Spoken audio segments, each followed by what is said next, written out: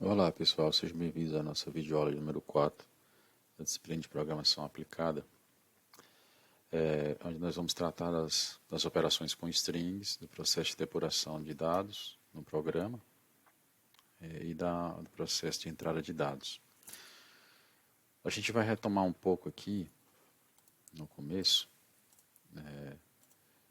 essas operações com string, tá? Vocês vão ver que são muito úteis, a gente precisa muito. Depois vamos falar de sequência e tempo na programação, o rastreamento da execução do programa e como se faz a entrada de dados, né, as mais simples, que é pelo input. Tá? Isso tudo está referenciado no capítulo 3 do livro de Menezes. Tá?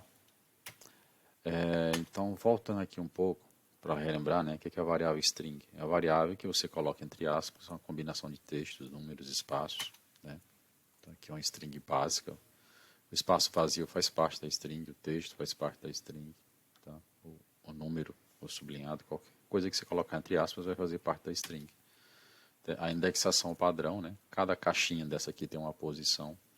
E aqui embaixo ó, você tem a string, ó, que é as letras A, B, C, D, E, F, G, H, I. E a posição normal dela, ela é contada assim. A posição 0 é o caractere A dessa string, né? Que é essa sequência de letras. Já o 5, por exemplo, é a posição número 5, que é ocupada pelo caractere F desse conjunto de letras que forma essa string.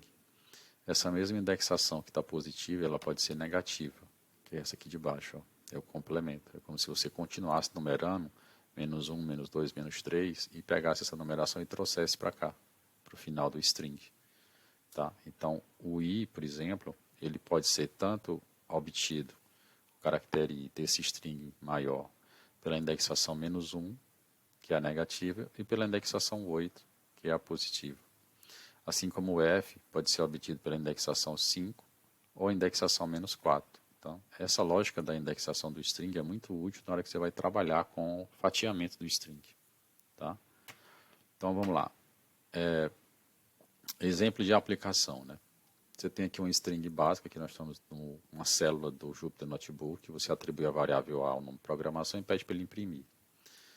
E aí depois você usa um comando chamado len, da variável A, que é essa, e ele dá o comprimento desse string. Então tem 11 caracteres aqui, né? Se você for contar todas as letras, dá 11. E aí você pode acessar, usando aquela indexação, uma parte do string, usando a indexação convencional, né? A indexação direta. A na posição 3. Então ele vai pegar o 0 é o P, o 1 é o R, o 2 é o O e o 3 é o G. Então, o A, a variável A na posição 3, que é o A entre colchetes na posição 3, vai ser a letra G. Aí você manda fazer um print e aparece a letra G. Tá? Se você quisesse acessar a mesma letra G usando a indexação negativa, ou seja, começando a contar daqui, menos 1 no O, menos 2 no A com tio, menos 3 no C. Então, até chegar no G, o índice seria menos 8. Então, A na posição menos 8, né, é igual à variável A, abre colchetes na posição menos 8. Então, você está mandando ele fazer um recorte da variável A, pegar só um caractere, ou seja, a letra G.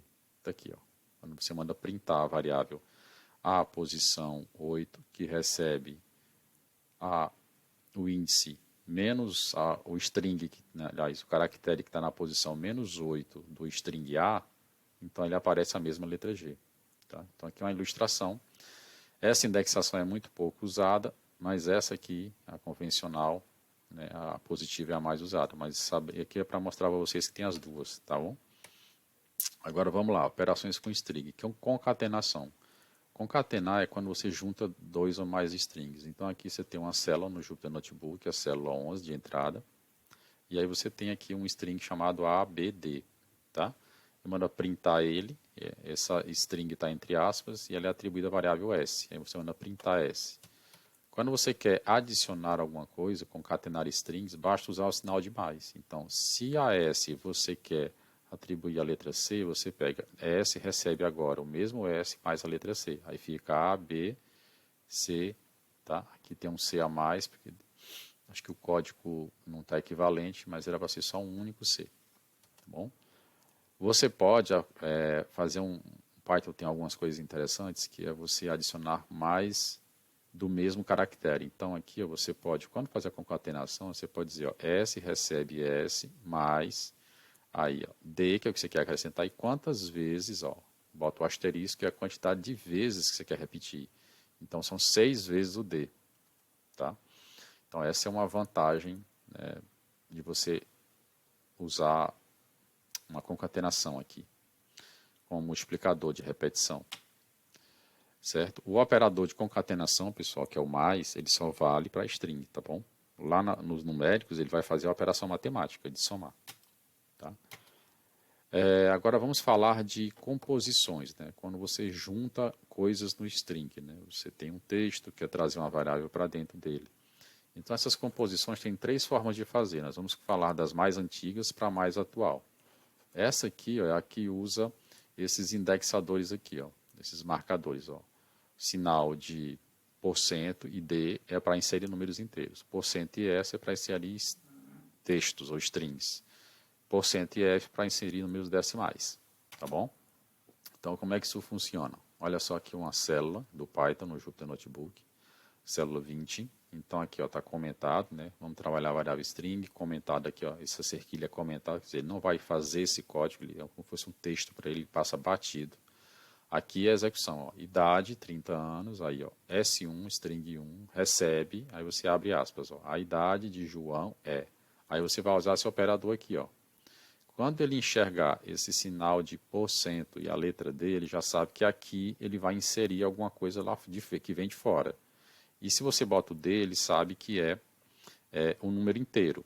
Então, ó, aí depois anos, fecha aspas. Aí logo em seguida você bota o operador, que você indicou para ele aqui, que é o %, e a variável que ele vai jogar ali dentro, no lugar do D, né, que no caso é a idade, tá bom? Aí, ó, quando você manda ele printar S1, o que ele faz? Ele pega o texto, ó, a idade de João é, aí anos, aí onde está cifrão D, né, ele troca, né, esse símbolozinho aqui de percentagem D, ele troca pela variável idade, que é 30. Pronto. E a mesma coisa você pode fazer com outras variáveis. Por exemplo, agora a gente quer acrescentar na idade de João, ó, um novo string 2, a gente quer acrescentar o peso de João, certo? Então já pega a string 1 e acrescenta com a concatenação do sinal de mais um pedaço do texto, que é e peso de, aí ó, sinal de percentagem F, que é para indicar que eu vou inserir número flutuante ou decimal, quilos. E aí eu chamo aqui o mesmo símbolo de percentagem e digo, ó, esse percentagem F, você vai procurar ele e substituir ele pelo sinal de percentagem peso, da variável peso, que é essa aqui. Aí ele bota, ó, a idade de João é 30 anos e o peso é de 78,9 e um bocado de 0 quilos. Por que está desse jeito aqui? Porque você está usando o F sem indicar o formato. Então, ele, por padrão, bota 6 casas decimais. Certo? Mas você pode mudar isso, que é como a gente vê aqui. Ó. É o mesmo código, na linha 22, célula 22, nós temos o mesmo código que está na célula 21. Né? Nós queremos acrescentar informação de peso no string 2, a partir do string 1. Só que agora, ao invés de eu botar só cifrão F, eu digo, antes, entre o cifrão de percentagem e o F, eu boto 3.2. 3 é para dizer, eu quero 3 dígitos à esquerda do ponto, e 2 é para dizer que eu quero 2 casas decimais à direita do ponto. Mas o resto se mantém. Ó. A variável, que é o indicador de percentagem aqui, aponta para a variável peso. Então, ó, a idade de João é 30 anos, que é o que já vinha no string 1, lá da célula 20. E o peso agora é 78,90. Não mudou, eu apenas mudei o jeito de apresentar. Né? A gente vai ver que esse jeito de usar, ele é meio arcaico quando comparado ao jeito novo. Tá? Então, se você não entendeu muito bem, não se preocupe. Né? Tem jeitos mais fáceis, nós vamos mostrar aqui. Porque eu preciso só apresentar para vocês o jeito padrão.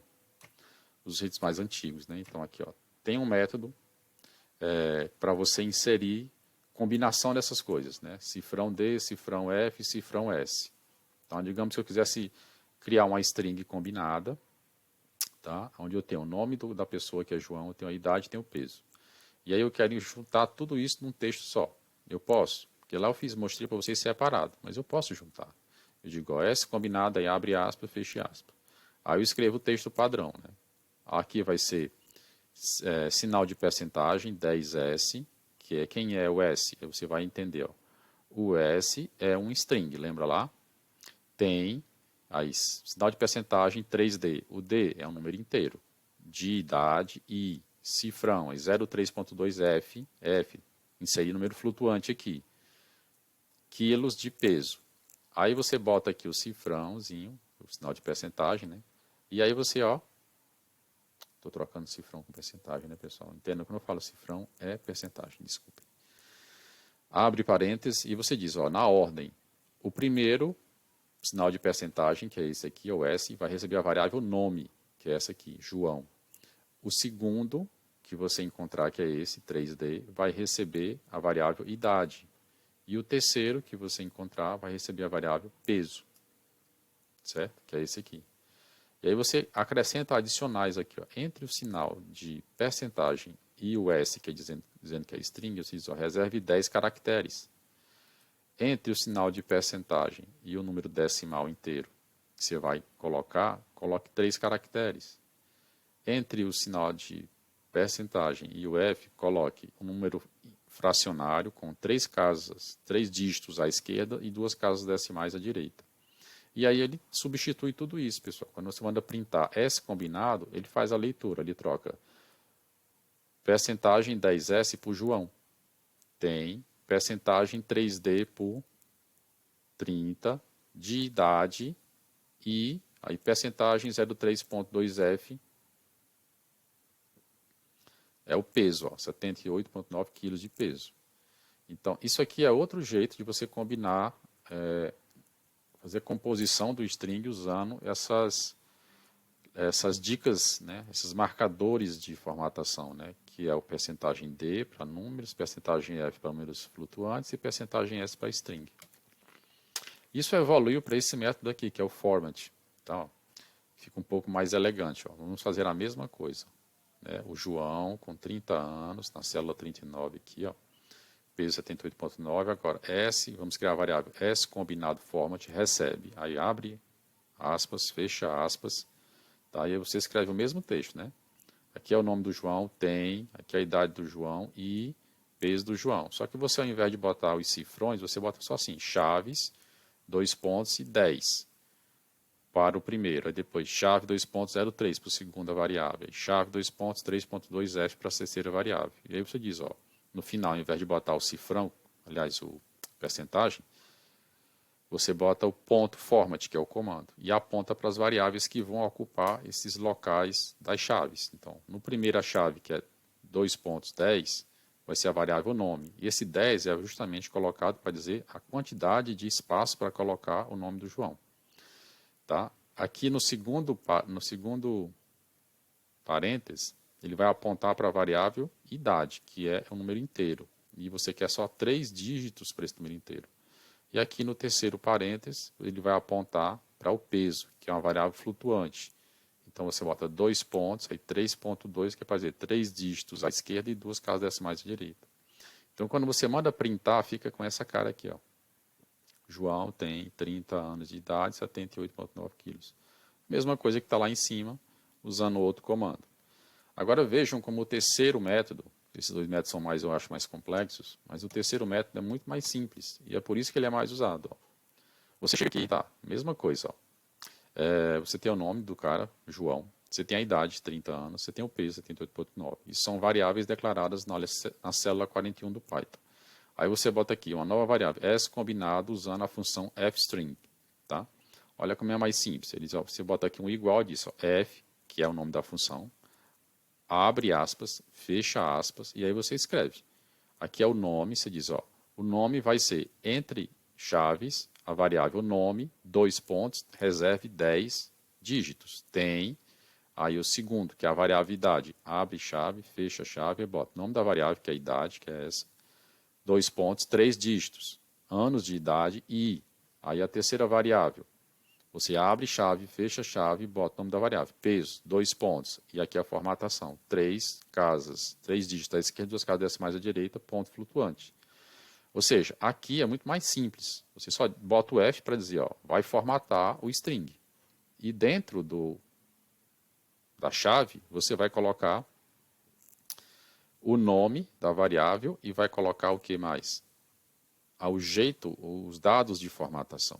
E aí ele escreve, ó, quando você manda printar S combinado F-string, que é a variável que recebe essa string formatada, aqui, João tem 30 anos de idade, 78,9 quilos. Pronto. Então, isso aqui, se os outros ficaram mais difíceis de entender, do Python 3.6 para frente, pessoal, isso aqui é muito mais simples, tá? Então é melhor usar o F-string para fazer isso, né? Bota o F antes do string e bota parênteses para identificar o nome da variável e a formatação do lado, com 2 pontos separados. Fazendo isso, vai dar tudo certo. Tá? Agora vamos falar de fatiamento de string. O que é fatiamento? É você cortar pedaços do string. Então, por exemplo, aqui você tem uma célula no Jupyter Notebook, a célula 1, a variável S recebe uma sequência de letras, né, do A, B, C, D até o J.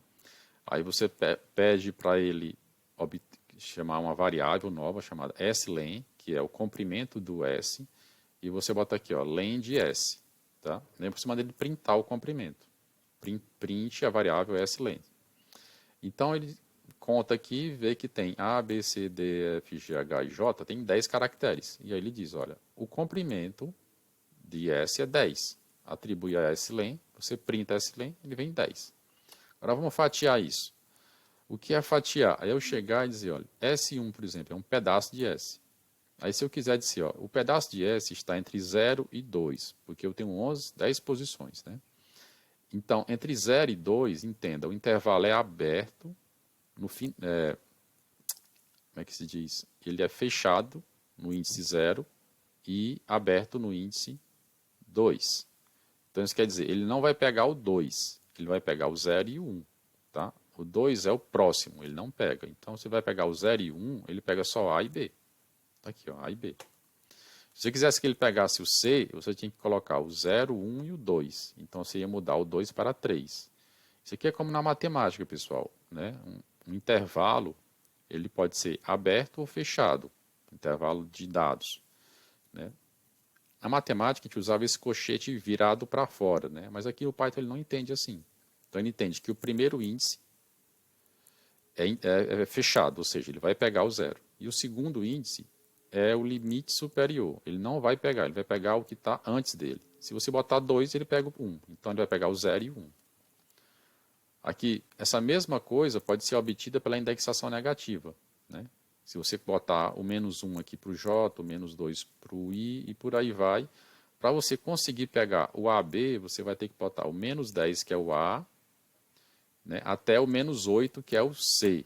E aí ele pega o menos 10 e o menos 9. E aí ele printa aqui S2 para você. Ó. Mas é a mesma coisa, a indexação negativa.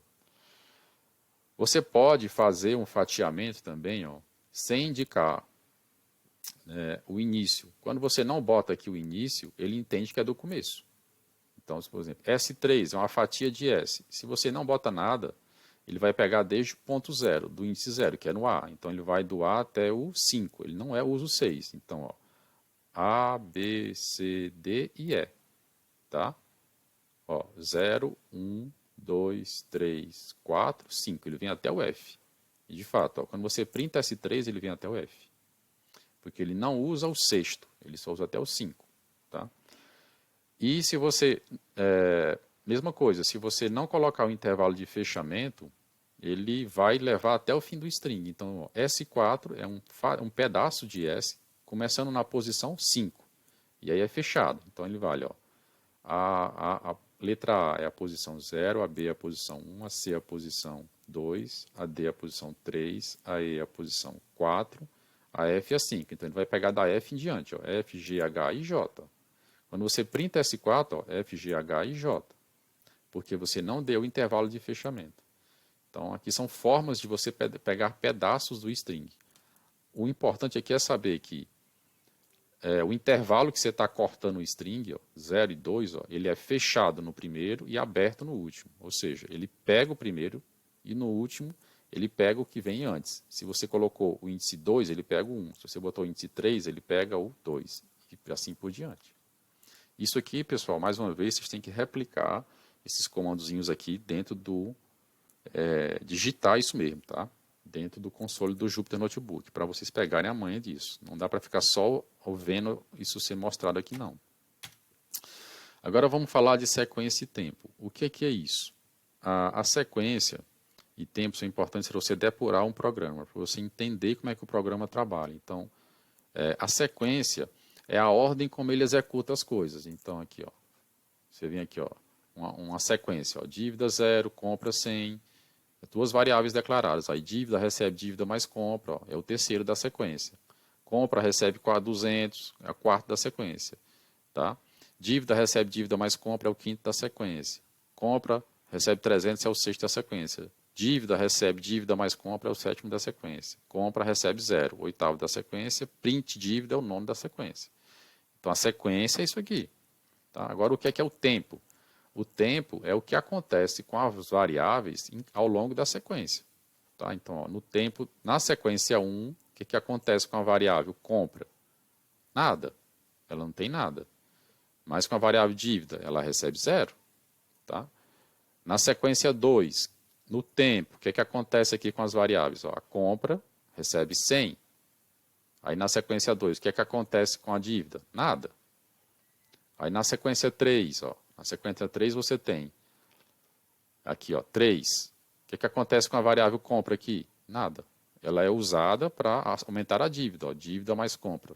Então, você acrescenta aqui 100 mais 0. Ó, e aí a dívida vira 100. Na linha 4, né, na sequência da linha 4, o que acontece? Uma mudança na variável compra. Ó, a compra que era 100 muda agora para 200. Aí na linha 5, né, na sequência 5, o que acontece no tempo das variáveis? Para a variável compra, nada. Mas para a dívida, ela pega a dívida antiga e soma a nova compra, que é 200. A dívida antiga era 100, mais 200, 300. E assim ele vai executando todas as linhas de código até printar para você no final o quê? Ó? O valor da dívida, que é 600. Então isso aqui é para você entender que existe uma sequência de execução, tá? Dentro do programação, que é essa aqui, ó, de baixo para cima, e que isso muda as variáveis ao longo do tempo. E observe aqui, por exemplo, que a variável compra ela vai mudando os valores, assim como a dívida. Se você quiser guardar esses valores, tem que criar novas variáveis. Então, isso aqui é para ilustrar a importância do que acontece com as variáveis. Ó. No final aqui, ó, a variável compra fica 0, embora ela tenha começado com 100, vai para 200, para 300, entendeu? Essa aqui é importante para você fazer o processo de depuração do programa. Tá? Que é isso que nós vamos mostrar aqui. Ó. Essa depuração, a mesma sequência lá. Ó.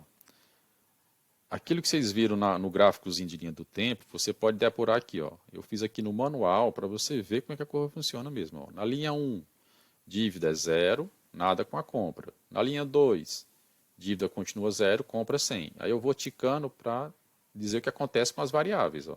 Linha do código, o que acontece na tela? Nada. Ó. Na tela não acontece nada, a tela do computador. Na linha 3, você pega a dívida, tá, que era 0, soma a compra, né, que é 100, ó, 0 mais 100 dá 100. E a compra continua 100.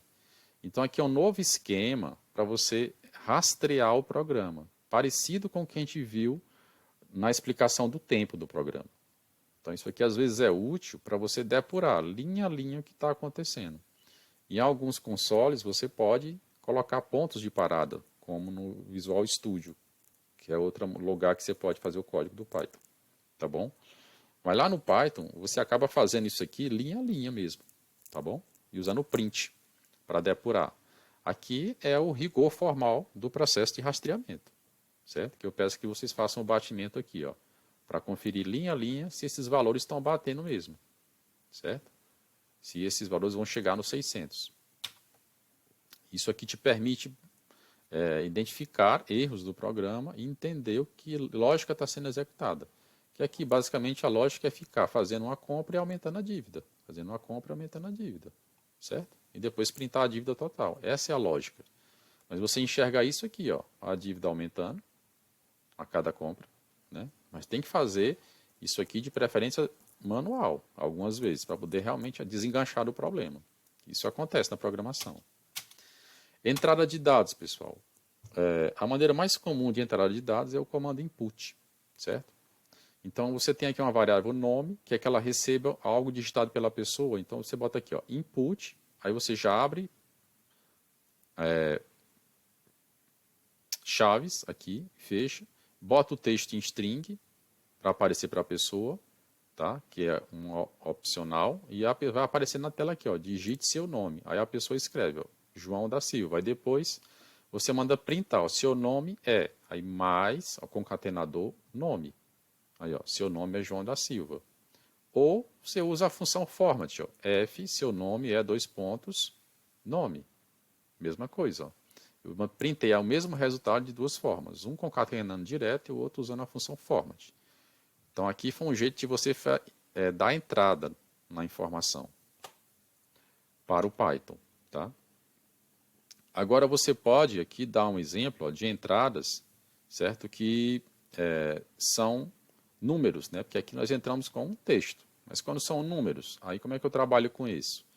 Você bota aqui nome, ó, nome.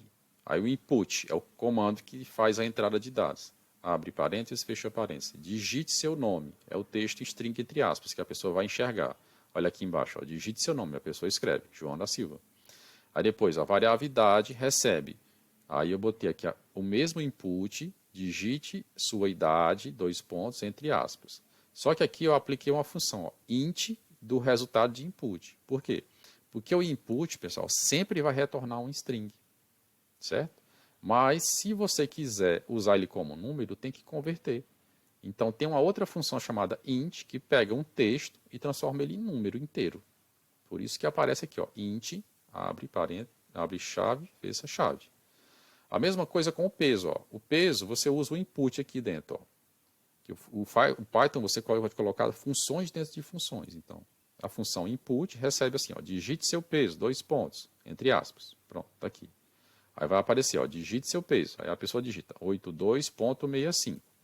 Aí depois que ele pega esse 82,65, ele aplica a função float, que está aqui entre chaves, e transforma isso aqui, que vem como texto do input, tá? Que o input só retorna string, importante saber disso, importantíssimo. Input só retorna string, não retorna número. Daí você manda ele usar a função float para converter em um número real, né? Um número com casas decimais. E aí depois você pode fazer um print juntando tudo, ó. Tá vendo aqui, ó? Eu montei já um string dentro do próprio print. Eu nem preciso criar uma variável fora para depois jogar aqui dentro. Já posso escrever dentro do comando print, ó. F do format, aí eu boto ó, o senhor, aí a variável que é o nome dele, tem idade de, a variável idade, que traz a idade dele, anos, e peso de, a variável peso, que traz o peso dele. Cada variável vem entre chaves, aí tem o nome da variável, dois pontos, o espaço dela disponível para formatação, no caso aqui 10 dígitos para o nome, 3 dígitos, 10 caracteres para o nome, 3 dígitos para a idade, e no caso do peso, número flutuante de 3 dígitos com uma casa decimal. Aí, ó, o peso vem 82,7, embora a pessoa tenha digitado 82,65, o Python arredonda. A idade vem 32 anos e o nome João da Silva aparece aqui. Tá? Isso aqui a gente já aprendeu. E aí observe que o Python ele faz uso de cores para lhe ajudar. Né? Quando são palavras reservadas vem em verde, quando são strings vem em vermelho. Certo? Então isso aqui ajuda bastante. E aí eu peço que vocês repliquem esse pequeno código aqui para ver se ele funciona para vocês no console do Python. Tá bom? Para você entender como é que você usa funções int e float para pegar resultados do input e converter números inteiros e flutuantes. Ainda falando da entrada de dados, a gente vai falar agora de erros na entrada de dados. Ó. Eu peguei o mesmo código que a gente tinha colocado lá. Nome, idade, peso, certo? Para ver se ele ia funcionar. Só que agora no lugar da idade, ó, que é um número inteiro, a pessoa digitou uma letra, A, B, C. Aí acontece essa mensagem de erro aqui. para você entender a mensagem de erro. Ele diz aqui, ó, na linha 4 do código, que é essa aqui, ó, idade, tem uma função chamada int, que vai converter o resultado da input em número inteiro. Só que deu problema. O problema foi na linha 4. Qual foi o problema? Inválido valor para inteiro, tá? Na base 10. Encontrei ABC. Então ele está dizendo, encontrei ABC. O erro na linha 4, descrição do erro, e aqui o erro, ó, digitar texto onde deveria ter número, certo? Então isso aqui é o erro do Python já ali dando ele para a execução e mostra o erro. Esses erros podem ser tratados, né? Você pode colocar no código coisas do tipo assim, ó, digite somente números quando aparecer esse erro, entendeu? Mas aqui a gente não tratou, a gente só mostrou o erro, tá? Outro erro comum, erro da função float. Digamos que a pessoa digitou aqui, ó, mesmo esquemazinho, ó, o nome com a função input, a idade com a função input dentro da função int e o peso com a função input dentro da função float, tá? Lembre, os inputs só trazem textos, que são os strings. O int converte o string em número e o float converte o string em número real, tá? E aí você manda printar aqui a junção das três variáveis. E por que deu errado aqui? Porque na hora do peso, não foi digitado um número, foi digitado letras, ABC de novo. Só que agora ele diz, ó, o erro aconteceu na linha 5, linha 5 tem um erro, e a descrição do erro. Ó, não posso converter string para float. Recebi o valor ABC, que é o string, né? E aqui é o destaque para o erro. Então, pessoal, essa aula ficou extensa, porque realmente trabalhar o Python assim, nesse nível de detalhe, requer muito cuidado, né? Uma apresentação. Então eu peço que vocês peguem essas telazinhas de códigos, como essa última aqui, e tentem replicar no console do Python de vocês, seja pela internet ou no que você instalou no Jupyter Notebook, para ver se isso funciona, tá? E vamos partir para os exercícios para clarear um pouco mais esses conceitos. Obrigado pela atenção, pessoal.